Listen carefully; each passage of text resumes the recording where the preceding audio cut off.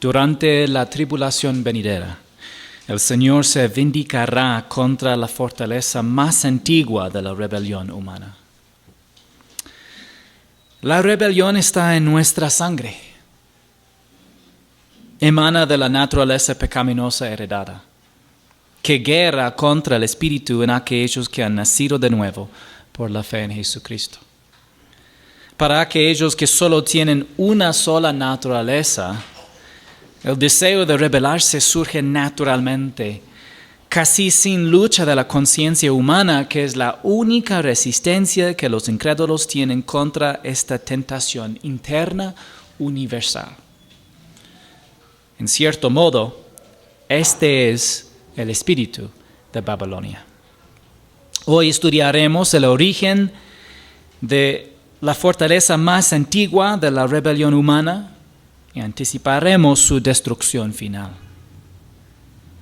¿Cuál es el mejor lugar para comenzar una historia? En el principio. Por favor, abren sus Biblias conmigo en el libro del principio, Génesis, capítulo 2, versículos 8 y 9. Y el Señor Dios plantó un huerto hacia el oriente en Edén y puso ahí al hombre que había formado. El Señor Dios hizo brotar de la tierra todo árbol agradable a la vista y bueno para comer. Asimismo, en medio del huerto, hizo brotar el árbol de la vida y el árbol del conocimiento del bien y del mal. A partir de la descripción del Edén en los versículos 10 al 14, muchos comentaristas creen que Moisés estaba describiendo la región que corresponde al actual Irak. Moisés utilizó los nombres de ríos que habrían sido familiares para sus lectores, como el Tigris y el Éufrates. El término el Oriente también habría traído a la mente de sus lectores una región específica. En Génesis 10, en Génesis 11, Génesis 25 y Génesis 29, el Oriente hace referencia a Mesopotamia. Es decir, vemos en el libro de Génesis en general, el Oriente hace referencia a esa región específica. En el Antiguo Testamento, la dirección cardinal este suele estar relacionada con la ubicación de Canaán. Es decir, nosotros cuando pensamos en el Oriente o el Este, nosotros solemos pensar en China. Pero para los judíos, el Este simplemente era esa dirección para Israel. Por lo tanto, Adán probablemente fue creado en la región que corresponde al Israel actual, pero luego el Señor lo colocó en el jardín del Edén, que fue hacia el oriente o aproximadamente en Mesopotamia.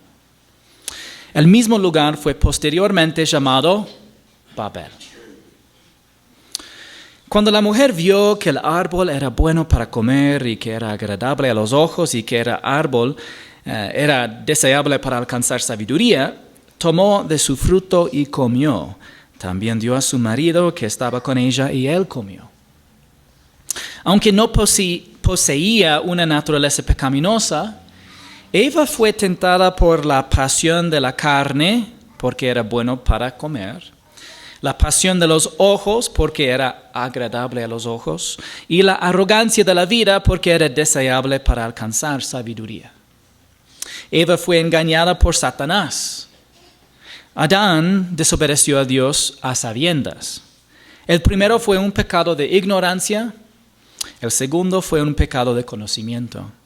Pero ambos fueron culpables de desobediencia, que es rebelión contra la palabra y la autoridad de Dios. El primer pecado humano probablemente ocurrió en el lugar que más tarde se llamó Babel.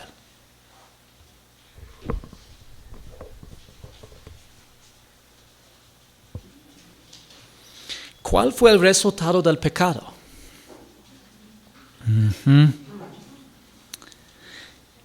En Génesis 3:24 dice, expulsó pues al hombre y al oriente del huerto del Edén puso querubines y una espada encendida que giraba en todas direcciones para guardar el camino del árbol de la vida. como resultado de desobedecer al Señor, en lugar de llegar a ser como Dios, lo que fue prometido por Satanás, Adán y Eva fueron expulsados del jardín del Edén. La desobediencia de Adán también trajo el pecado y la muerte al mundo, como dice en Romanos 5:12. Por tanto, tal como el pecado entró en el mundo por medio de un hombre, Adán, y por medio del pecado la muerte, tanto física como espiritual, así también la muerte se extendió a todos los hombres porque todos pecaron. En el sentido de que Adán fue la representante de toda la humanidad. El pecado de Adán lo separó de Dios. Y ese pecado y separación se extendió a todos los descendientes de Adán, incluidos tú y yo. Por lo tanto, no solo tenemos la oportunidad de rebelarnos, sino que también tenemos una tentación interna de nuestra naturaleza pecaminosa que nos dice que nos rebelemos contra la autoridad y especialmente la autoridad de Dios. Inicialmente los descendientes de Adán simplemente vivían según sus propios corazones, sin ningún tipo de delegación de autoridad establecida divinamente para gobernar las acciones del hombre. Es decir, antes del diluvio, Dios nunca había otorgado la autoridad a los hombres, específicamente de gobernarse entre sí para limitar violencia en la tierra. ¿Y qué vemos como resultado? Génesis 6:5 dice, el Señor vio que era mucha la maldad de los hombres en la tierra y que toda intención de los pensamientos de su corazón era solo hacer siempre el mal. Como resultado, el Señor destruyó la tierra con un diluvio universal, mundial, que también destruyó el huerto de Edén.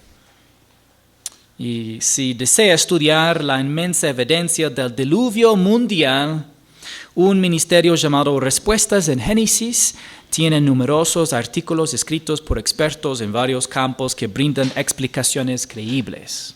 Otra vez, este ministerio se llama Respuestas en Génesis.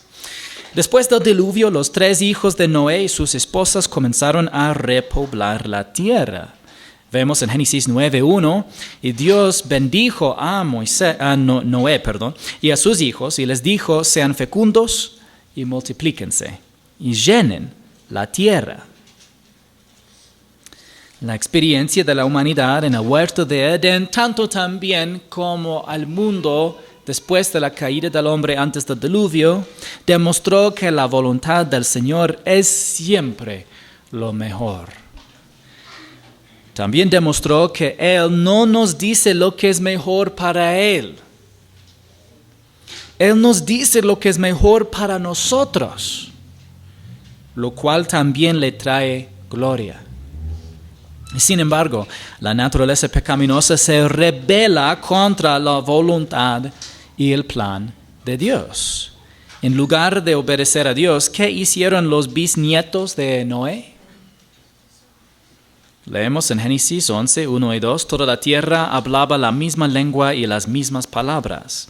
Según iban hacia el oriente, hallaron una llanura en la tierra de Sinar y se establecieron ahí.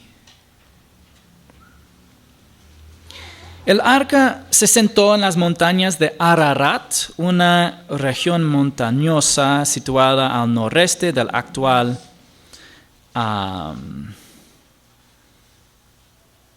Irak. Realmente es toda esta región. En toda esta región. En cualquier lugar en estas montañas pudo haber llegado el arca de Noé. ¿Dónde estaba la tierra de Sinar y quién era el líder ahí? Bueno, aquí tenemos la tierra de Sinar y el líder se revela en el capítulo anterior, en Génesis capítulo 10, versículos 8 y 10, leemos. Cus fue el padre de Nimrod, que llegó a ser poderoso en la tierra. Él fue un poderoso cazador delante del Señor, por tanto se dice como Nimrod, poderoso cazador delante del Señor. El comienzo de su reino fue Babel, Erech, Acab y Calne en la tierra de Sinar. Los descendientes de Noé emigraron al sudeste desde las montañas de Ararat hasta Mesopotamia, conocida como Sinar. En lugar de multiplicarse y llenar la tierra, tenían un plan diferente bajo el liderazgo de Nimrod. Leemos en Génesis 11:4. Luego dijeron, vamos, edifiquémonos una ciudad y una torre cuya cúspide llegue hasta los cielos. Y hagámonos, un nombre famoso para que no seamos dispersados sobre la superficie de la tierra. La humanidad no había aprendido de sus dos experiencias anteriores, la caída del hombre y el diluvio mundial. Debería haber aprendido dos cosas de esos acontecimientos. El pecado produce muerte espiritual y física, lo cual implica sufrimiento. Y también la voluntad y el plan de Dios siempre son los mejores. ¿Cuál era la voluntad y el plan de la humanidad? Una ciudad y una torre cuya cúspide llegue hasta los cielos. La torre de Sinar probablemente fue diseñada para adorar al sol, la luna y las estrellas. Fue diseñada para adorar al sol, la luna y las estrellas. Tenemos un ejemplo del diseño, se llama un ziggurat. Y hay muchos estudiosos que creen que probablemente el diseño del Torre de Babel era algo similar a este.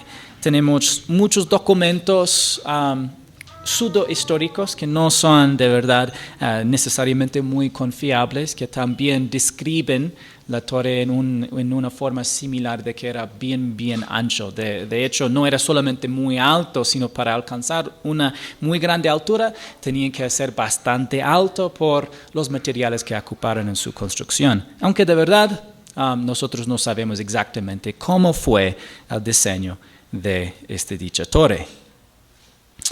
Pero la gente quería una ciudad, una torre y un nombre famoso para sí. Babel fue el lugar de la primera rebelión organizada de la humanidad contra su creador.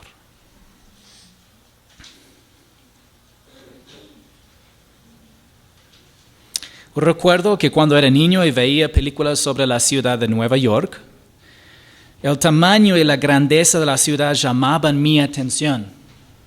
De niño mi corazón estaba lleno de la pasión de la carne, la pasión de los ojos y la arrogancia de la vida. Hoy no he alcanzado un grado elevado de vida espiritual, pero la palabra escrita de Dios ha transformado mi manera de pensar lo suficiente como para que muchas cosas que antes apreciaba ahora no tengan valor para mí. Las ciudades a menudo representan el poder y los logros de la humanidad. Y este fue el caso de la primera gran ciudad que más tarde se llamó Babel. Pero el Señor descendió para ver la ciudad y la torre que habían edificado los hijos de los hombres. ¿Tenía que descender el Señor para ver la ciudad y la torre? No era necesario descender, sino que descendió porque eligió relacionarse con las personas que creó. Sin embargo, esto nos dice algo sobre los mayores logros de la humanidad. Son tan pequeños y tan bajos que el Señor descendió para observarlos localmente. La perspectiva de los hombres era su grandeza y la perspectiva del Señor era su bajeza. Y dijo el Señor, son un solo pueblo y todos ellos tienen la misma lengua. Esto es lo que han comenzado a hacer y ahora nada de lo que se propongan hacer les será imposible.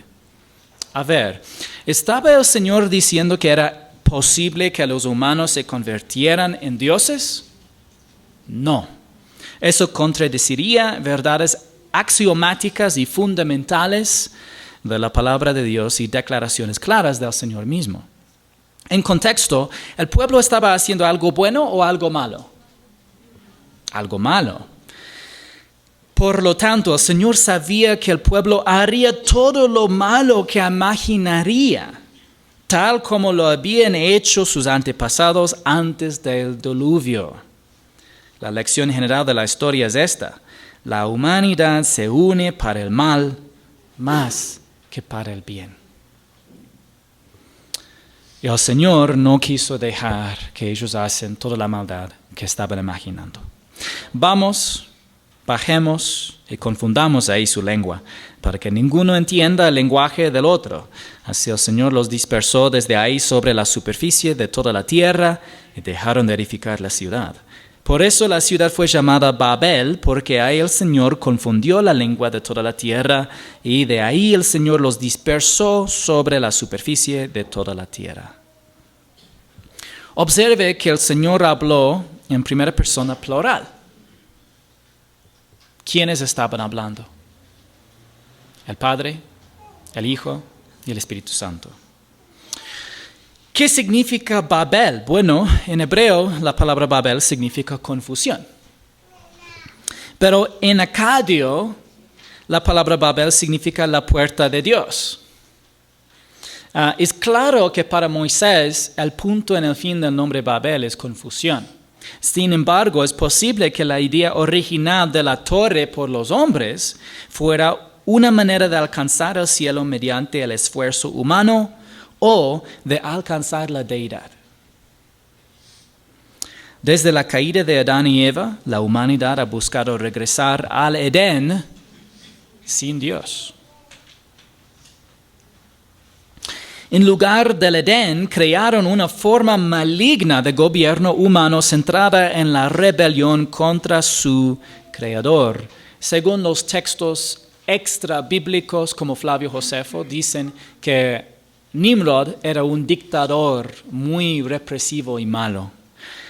Si Dios no hubiera intercedido, habrían regresado a las mismas condiciones malignas, violentas y perversos que existían antes del diluvio. El Señor dispersó a la humanidad, creando naciones y lenguas diferentes para nuestra preservación. El resultado práctico es este. Por un lado del mundo, por acá puede haber un país malo, pero por acá puede haber un país bueno. Y tienen unas distinciones y separaciones naturales por la diferencia en sus idiomas. Naturalmente esto separa y crea distintas naciones. Y esto realmente protege a la humanidad. Porque cuando la humanidad se une, lastimosamente, en general, se une para el mal. Más tarde el Señor se le apareció a un hombre llamado Abraham que vivía en Mesopotamia. Él vivía por acá. Y lo llamó para que fuera el padre de una gran nación que lo revelaría al mundo como el único Dios verdadero y creador del universo. Entonces, una vez que ya fue disperso toda la gente de Babel y fue creado nuevas naciones, Dios enseguida eligió una nación para salir de un hombre para representarlo ante estas diversas naciones. 400 años después, Israel se convirtió en una nación. 1000 años después, la nación de Israel fue destruida por los babilonios y el pueblo de Judá fue llevado al cautiverio en Babilonia. El gobernante de Babilonia en ese momento era Nabucodonosor, un nombre largo, pero muy divertido de repetir. ¿Quieren repetir? Nabucodonosor. Sí, ¿no es cierto? Es un trabalenguas. Quien se refirió a la ciudad como Babilonia la Grande o Gran Babilonia. Ese rey era extremadamente arrogante hasta que el Señor lo humilló. Y tenemos buenas razones de pensar que en el fin él se convirtió en creyente. Babilonia fue conquistada más tarde por Ciro el Grande, el rey de Medo-Persia. Sin embargo, Ciro conquistó Babilonia sin destruirla. De hecho, todavía tenemos algunos sitios de la antigua Babilonia todavía de pie. Y a través de los siglos siempre habían y hay hasta hoy en día todavía pueblitos en esta región. Los profetas Isaías y Jeremías profetizaron que Babilonia eventualmente sería totalmente destruida y nunca más habitada lo cual nunca se cumplió. O al menos, aún todavía no ha sido cumplida. Esta profecía aún no se ha cumplido. La última profecía del Antiguo Testamento sobre Babilonia provino del profeta Zacarías, que escribió que una gran maldad está siendo reprimida o detenida en la tierra de Sinar, pero que eventualmente será liberada.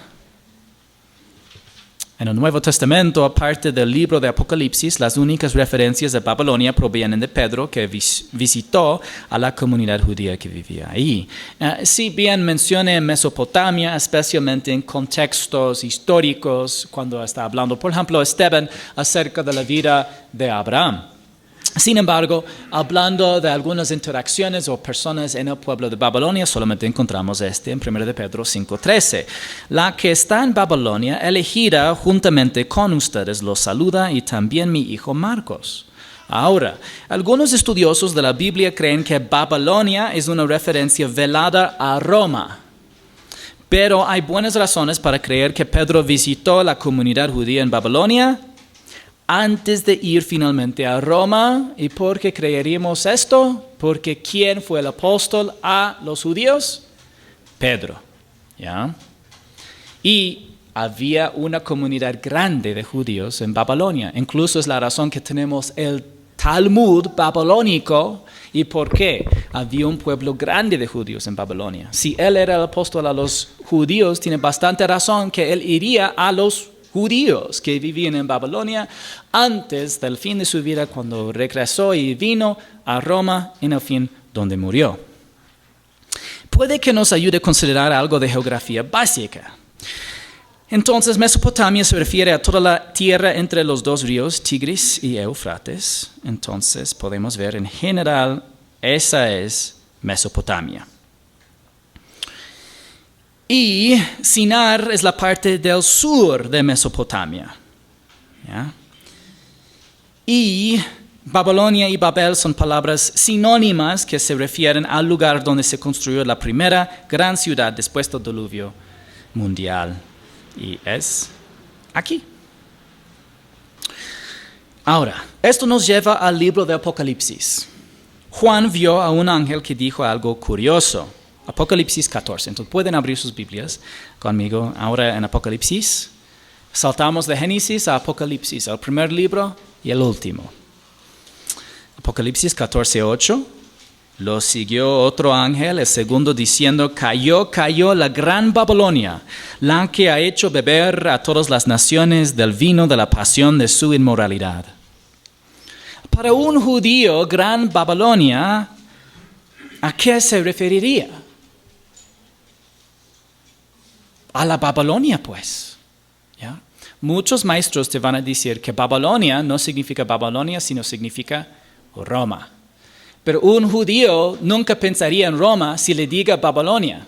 Acabamos de ver la mapa. ¿Ya? Ahí es Babilonia. Roma está por allá. ¿Ya? Entonces, es algo importante de considerar. ¿Qué pensaría un creyente judío, como el mismo autor, pensaría en la gran Babilonia que antes fue construida primero por Nimrod, después por Nabucodonosor? Cayó es una declaración proléptica que anticipa la inminente caída de la ciudad. En nuestro último estudio de Apocalipsis vimos el juicio final de las copas. En Apocalipsis 16, 17 y 19, el séptimo ángel derramó su copa en el aire. Una gran voz salió del templo del trono que decía: hecho está. Y hubo relámpagos, voces y truenos. Hubo un gran terremoto tal como no lo había habido desde que el hombre estaba sobre la tierra. Es decir, el terremoto más grande en la historia humana. Fue tan grande y poderoso el terremoto. La gran ciudad quedó dividida en 3 partes. Yo creo que hay mayores razones de pensar que está hablando de Jerusalén. Y las ciudades de las naciones cayeron, y la gran Babilonia fue recordada delante de Dios para darle la copa del vino del furor de su ira. Entonces, después de destruir todas las ciudades mediante el mayor terremoto de la historia humana, Dios se acordó de Babilonia, una ciudad. Esto sugiere dos posibilidades. Uno, que la destrucción final de la Gran Babilonia se producirá a causa de ese terremoto. O significa que Babilonia será una de las dos únicas ciudades que permanecerán en pie, siendo la otra Jerusalén la que quedará dividida en tres partes por el terremoto. Naturalmente necesitamos más información sobre esta gran Babilonia, por lo que uno de los 7 ángeles le dio a Juan más información. Ahora, Apocalipsis 17. Si Dios permite, vamos a intentar estudiar todo capítulo 17. Uno de los 7 ángeles que tenían las 7 copas vino y habló conmigo. Ven, te mostraré el juicio de la gran ramera que está sentada sobre muchas aguas. Con ella los reyes de la tierra cometieron actos inmorales, y los moradores de la tierra fueron embriagados con el vino de su inmoralidad. En el capítulo 14 repasó la segunda mitad de la tribulación. Capítulos 15 y 16 concluyeron los juicios secuenciales cronológicos finales de la tribulación. Y ahora en el capítulo 17 brinda información adicional sobre la ciudad de Babilonia.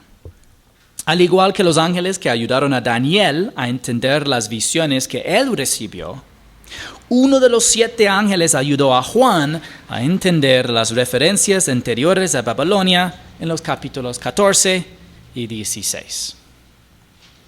Entonces me llevó en el espíritu a un desierto. Vi una mujer sentada sobre una bestia escarlata, llena de nombres blasfemos, y que tenía 7 cabezas y 10 cuernos. ¿Dónde está la gran ramera? Un desierto. ¿Ya? Y por si acaso, ¿dónde se encuentra Babilonia? Un desierto también. ¿Sobre qué estaba sentada la mujer? Una bestia que tenía 7 cabezas y 10 cuernos. ¿Quién es la bestia? Hemos visto anteriormente que la bestia representa al anticristo y al imperio romano revivido. Aunque en este capítulo también vamos a ver un poco de información histórica en anticipación del anticristo y de este último reinado. La mujer estaba vestida de púrpura y escarlata y adornada con oro y piedras preciosas y perlas. Tenía en la mano una copa de oro llena de abominaciones y de las inmundicias de su inmoralidad. En el Antiguo Testamento, ¿qué representaba a menudo la inmoralidad sexual cuando fue presentada figurativamente? Muchas veces hizo referencia a la idolatría. La idolatría es una especie de inmoralidad sexual o para Dios es un adulterio espiritual. La mujer poseía riquezas e influía en las personas para que hicieran cosas que son moralmente repugnantes. Esto es lo que significa abominaciones. Abominaciones son cosas moralmente repugnantes a los ojos de Dios. Sobre su frente había un nombre escrito, un misterio.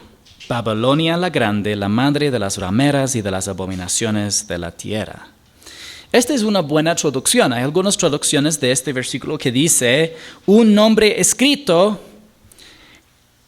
misteriosa Babilonia la Grande. ¿Ya? O Babilonia la Grande, la misteriosa. Y esto es una muy equivocada traducción. Es mejor, como vemos aquí, es un nombre misterioso. Y un misterio simplemente significa algo que aún no ha sido explicado en detalle, pero después vamos a ver la revelación. Esto es lo mismo lo que vimos, por ejemplo, en Apocalipsis capítulo 1, en que Juan ya había visto las 7 candeleros y las 7 estrellas. Y Jesús le dice, ya le voy a explicar el misterio de los 7 candeleros y las 7 estrellas. Entonces, era simplemente un símbolo que aún todavía no fue explicado en detalle. Y en este momento el apóstol va a recibir mucha explicación acerca de esta futura ciudad de Babilonia la Grande. Entonces ahora conocemos la identidad de la mujer. Babilonia la grande. La mujer representa la ciudad reconstruida de Babilonia, la grande. Tú dices, ¿seguro, pastor, que es una ciudad? Sí, más despuesito vamos a ver. Directamente dice que es una ciudad. El nombre que lleva la mujer en la frente indica que es la madre, dice, de las rameras y de las abominaciones de la tierra. ¿Recuerdas que idolatría es una especie de idolatría espiritual? Lo que significa que la mujer es la madre de las religiones idólatras. ¿En qué sentido es Babilonia la madre de la idolatría? Bueno, en Babel, Nimrod dirigió la humanidad hacia una forma de humanismo y animismo. Entonces, adoración del hombre y adoración de la creación. La historia también nos cuenta que la esposa de Nimrod, Semiramis, estableció el culto madre e hijo que formó la base de todos los panteones antiguos. Es decir, el culto madre e hijo se puede encontrar en toda cultura del antiguo mundo. Y es muy probable que esto es debido a que saliendo de Babel llevaron la adoración de Babel consigo. Y esto involucró un panteón de falsos dioses y especialmente con un puesto importante de la madre y hijo, y con la madre siendo una especie de una diosa. Esto obviamente es una cosa que es perverso a los ojos de Dios.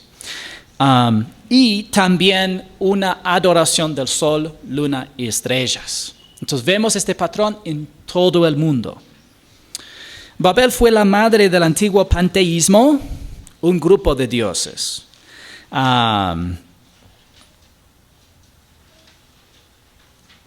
Y creyendo prácticamente que todas las cosas son Dios. Paganismo y animismo, la adoración de la tierra, que se extendieron a todos los continentes con los pueblos que se dispersaron.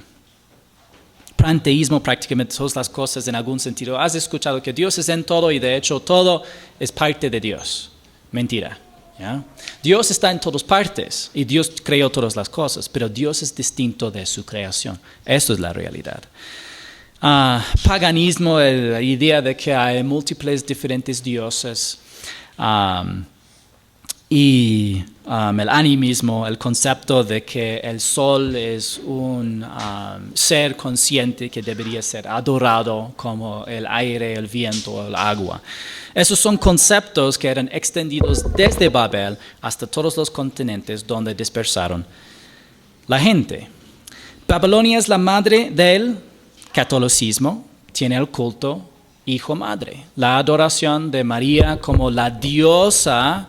Bueno, aunque no dicen diosa, pero como ellos dicen la reina de los cielos, era un título para una diosa falsa específicamente condenada en el libro de Jeremías. Entonces, este concepto de paganismo fue retenido lastimosamente por la Iglesia Católica y involucrado en su religión. Babilonia es la madre del budismo, del hinduismo, del animismo, de todas sus formas y de todas las religiones, excepto la adoración del único Dios verdadero de Israel, tal como se revela en las escrituras judías del Antiguo y Nuevo Testamento. Entonces Dios solamente nos dejó un libro para conocerlo tal como es.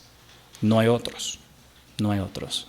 Y es la razón que Dios desde la dispersión en Babel eligió a un hombre, Abraham, para ya ser el padre de una nación específica, para transmitir, para primero escribir y después guardar su palabra para todas las demás generaciones, para que puedan conocer quién es el único Dios verdadero. Aunque Satanás tiene sus hombres y tiene sus religiones y sus agentes en el mundo, Dios siempre ha tenido testimonio de quién es Él para que los pueblos lo conocerán. Vi a la mujer ebria de la sangre de los santos y de la sangre de los testigos de Jesús. Al verla me asombré grandemente. Babilonia será un centro importante para el sistema religioso mundial durante la tribulación venidera, que perseguirá y matará a los verdaderos cristianos.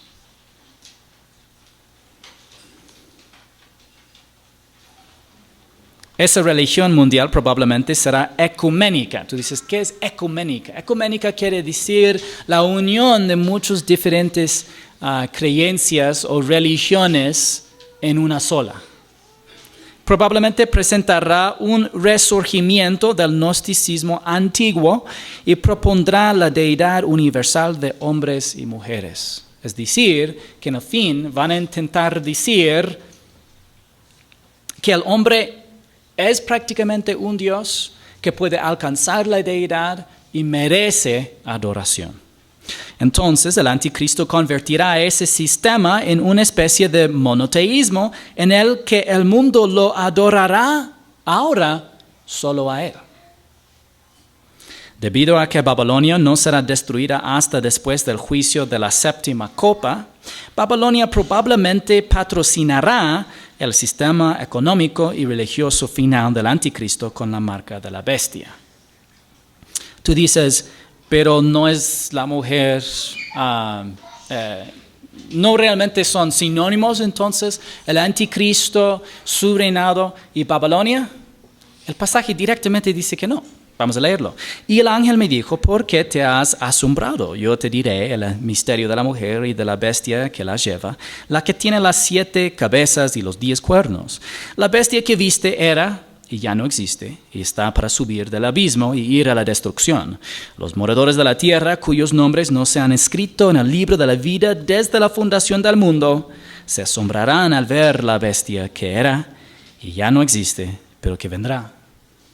La bestia sube del abismo porque su poder espiritual proviene de Satanás, quien finalmente quedará encadenado en el abismo durante 1000 años. Tú dices, porque hay que asociar a una persona y su poder con su destino, porque consistentemente encontramos este patrón en las Escrituras. Hijos de ira no son hijos con ira, son hijos destinados a la ira y juicio final de Dios. El anticristo es llamado el hijo de la destrucción, segundo de Tesalonicenses 2:3. No es porque su papá o su mamá se llama destrucción, y es porque él va a la destrucción. Él va a la destrucción. Era y ya no existe, pero que vendrá probablemente se refiere a la muerte y resurrección del anticristo. La muerte y resurrección del anticristo que ya fue explicado en Apocalipsis capítulo 13.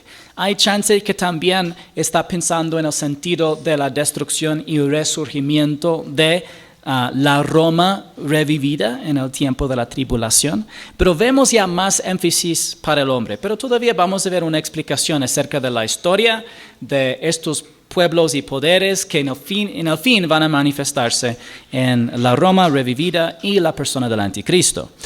En cierta medida, las películas de superhéroes de hoy están preparando el escenario para que la gente adore al anticristo como el salvador sobrehumano de la humanidad. Cuando reciba una herida mortal en la cabeza y luego vuelve a la vida, la gente lo adorará. Aquí está la mente que tiene sabiduría. Las 7 cabezas. Esto significa que necesita sabiduría para entender lo siguiente. Entonces, la verdad, sí es un poco complejo. ¿Ya? Pero vamos a verlo. Las 7 cabezas son 7 montes sobre los que se sienta la mujer. También son 7 reyes. 5 han caído, 1 es y el otro aún no ha venido. Y cuando venga es necesario que permanezca un poco de tiempo. Estos 2 versículos son el centro de bastante debate. Las cabezas son diferentes a los cuernos. Esto es importante porque más después explica los cuernos y son diferentes. Las 7 cabezas son, dice, 7 reyes, 5 de los cuales ya habían muerto antes de la época del apóstol Pablo. Hay mucho debate qué significan los 7 montes. De verdad, no necesitamos mucho interpretar los 7 montes porque ya dice que son 7 reyes. Pero para mí yo creo que probablemente está hablando de un sentido de un asiento de poder. Otros maestros dicen que cree que hace referencia a los 7 colinas de Roma, pero en griego hay diferencia en una colina y un monte, y parece no estar hablando de las 7 colinas de Roma. Aunque puede todavía significar eso y realmente no cambia bastante la interpretación, porque en el fin dice que estamos hablando de 7 que en el transcurso de tiempo, 5 de los cuales, en el transcurso de tiempo ya han fallecido antes del tiempo de Juan.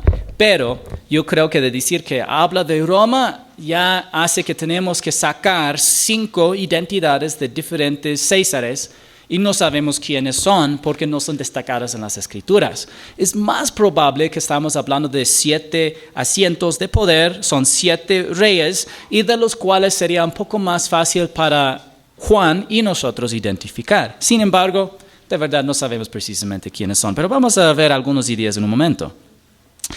A continuación se presentan 2 cuadros diferentes con diferentes reinados o reyes específicos posibles. ¿Ya? A la izquierda yo no puse el nombre de los diferentes reyes, aunque algunos son similares a los de la derecha, pero es porque, por ejemplo, ¿cuál sería el rey de Egipto? No sabemos. ¿Ya?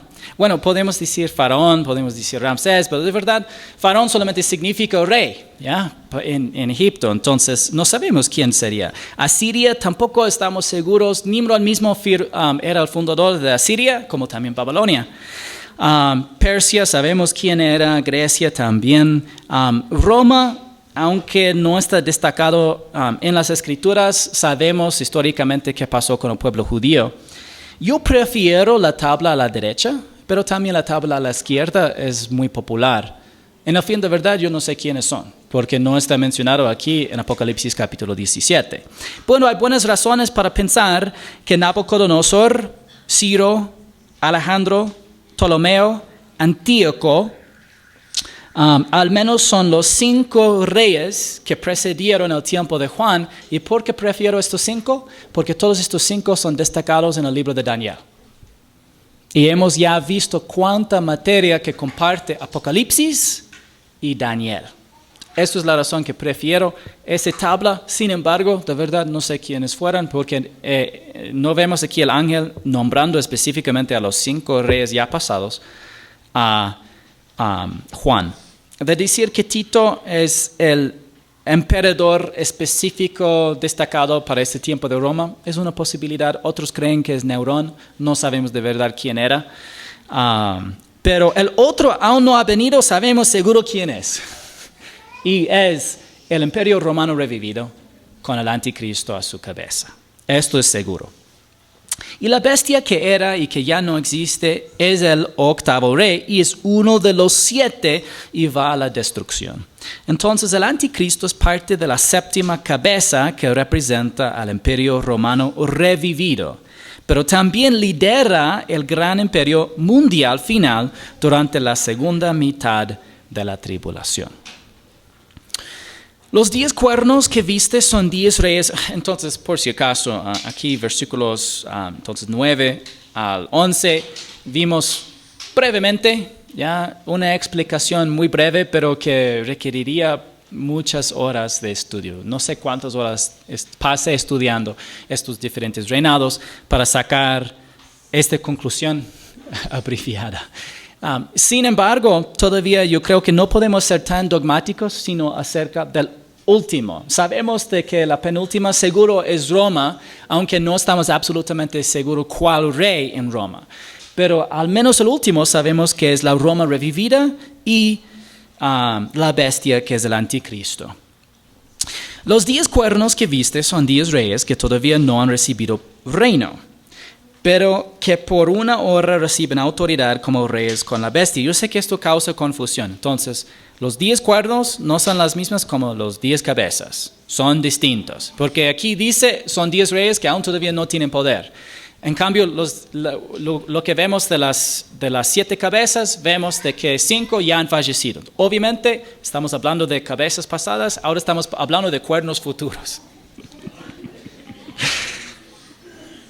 Pero que por una hora reciben autoridad como reyes con la bestia. Estos tienen un mismo propósito y entregarán su poder y autoridad a la bestia. Los 10 cuernos son los 10 reyes que reinarán por un corto tiempo durante la tribulación.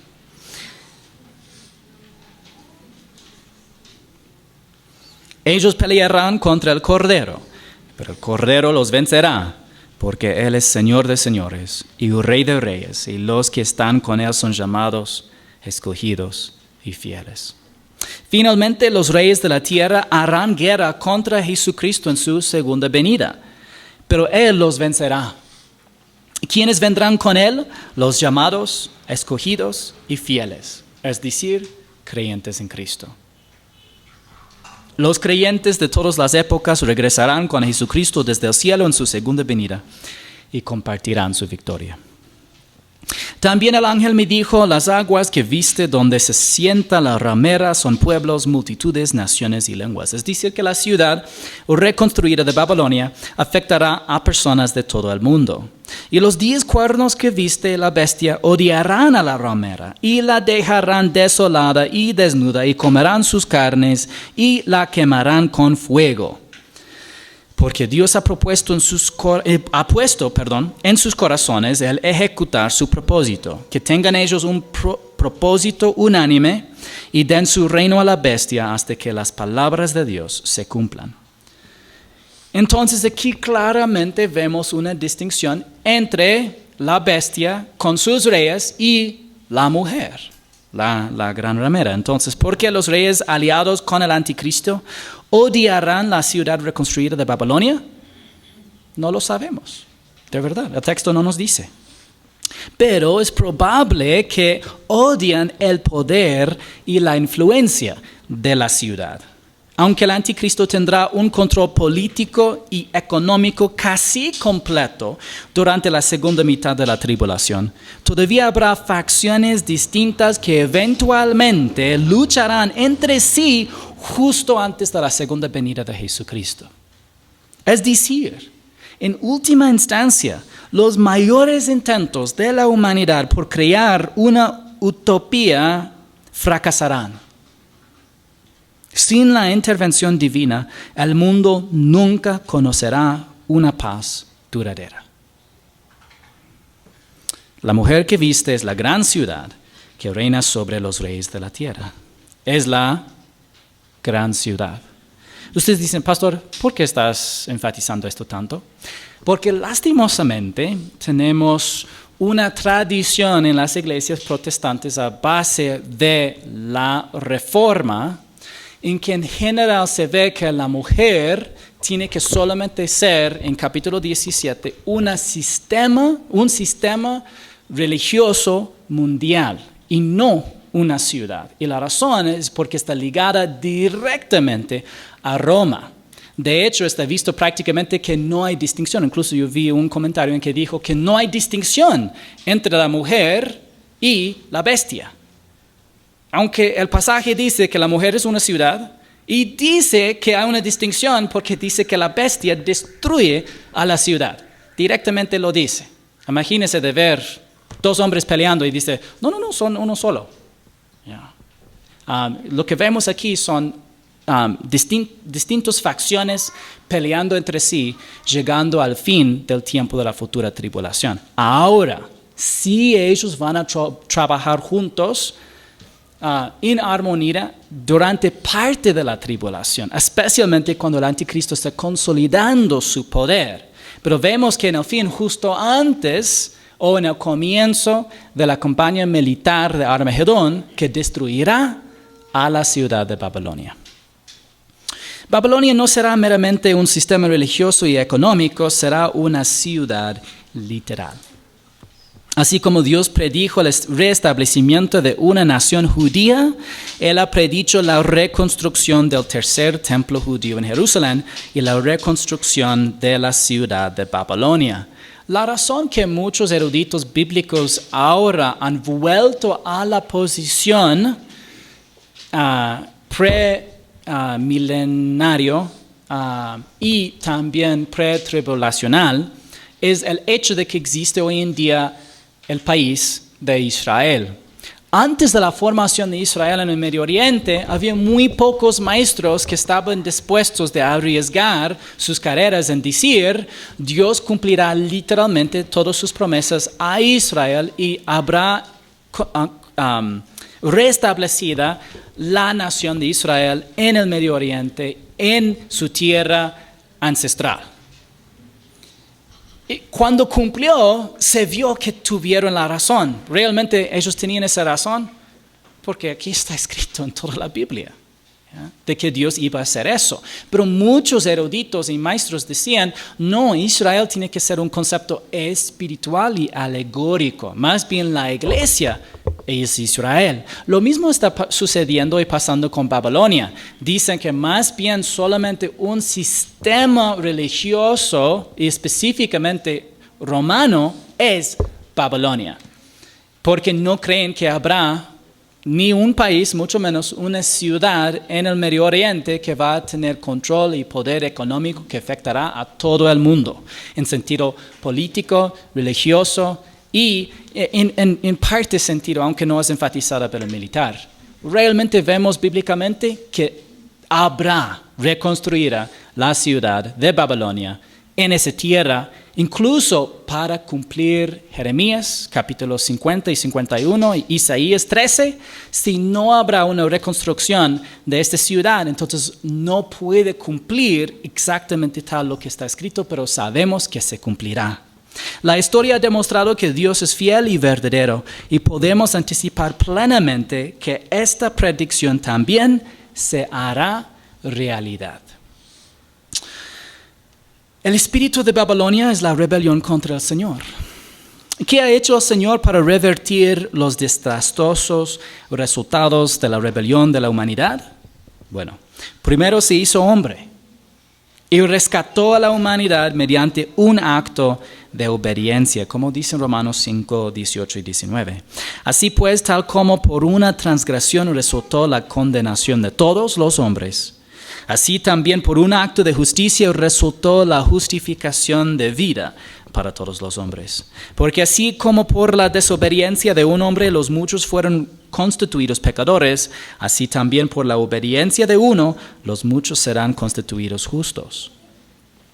El Hijo obedeció la voluntad perfecta del Padre, fue a la cruz y murió como nuestro sustituto.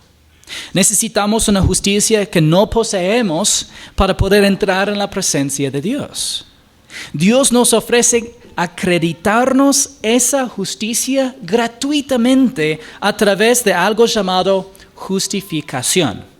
Cuando ponemos nuestra fe solo en Jesucristo, Él perdona judicialmente nuestros pecados, nos acredita su propia justicia perfecta y nos declara justos, aunque somos pecadores. Aunque por nuestros propios méritos somos rebeldes, pecadores e injustos, el Padre ve la justicia de su propio Hijo perfecto cuando nos mira, habiéndonos revestido de su justicia desde el momento en que pusimos nuestra fe en Él. Él ofrece a la humanidad dos opciones. Por un lado está la ciudad de los hombres, que es Babilonia, que representa la fuerza, el poder y la autodirección humanos. Por otro lado está la Jerusalén celestial, la casa del Padre, a la que solo podemos entrar por la gracia de Dios y por la fe en los méritos y la obra perfecta del eterno Hijo de Dios, Jesucristo. ¿Cuál ciudad eliges? La de Dios. La semana que viene, si Dios quiere, veremos cómo el Señor destruirá la mayor fortaleza de la rebelión humana en Apocalipsis capítulo 18. Durante la tribulación venidera, el Señor se vindicará contra la fortaleza más antigua de la rebelión humana.